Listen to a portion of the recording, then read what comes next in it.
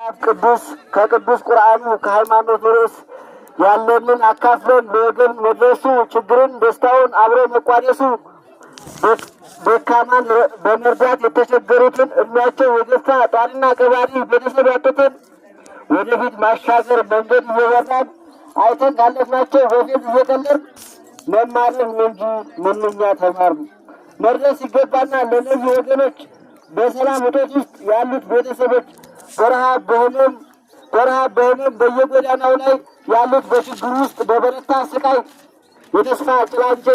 የተስፋ ጭላንጭል መንገዱ ጠፍቷቸው እየተረገመ ቀሪ ዘመናቸው ተስፋቸው ተሟጦ መኖርን ሲጠሉ ለምንኛ እያለን ሕይወታቸው ሲረክ እንደዛ ፍቅጠሩ ዛሬም የኛ እርዳታ ሕይወት ናት ለነሱ በጎነት ለራስ ነው እንበርታ ተነሱ መማርን በተግባር እነሆ በስራ እስኪ ይብቃቸው ያለፈው መከራ ቀንጥላቸው እንጂ እድል ባይቀናቸው የእኛን እጅ ጠባቂ ለማኝ ያደርጋቸው። በሉ እንበራታ እጃችን ይዘርጋ በርቱ እንበላቸው እንባቸው ይታበስ እስኪ ይረጋጋ።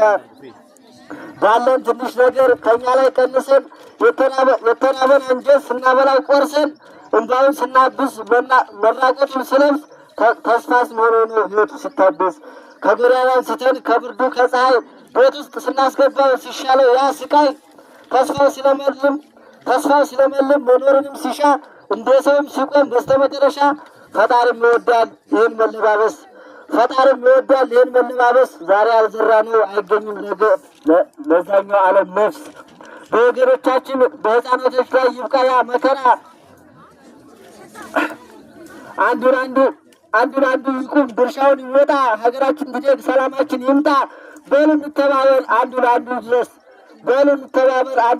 ይድረስ ለሰው ሰው ነው ልብሱ አይደለም ብርድ ልብስ ናት። አመሰግናለሁ። በጣም እናመሰግናለን።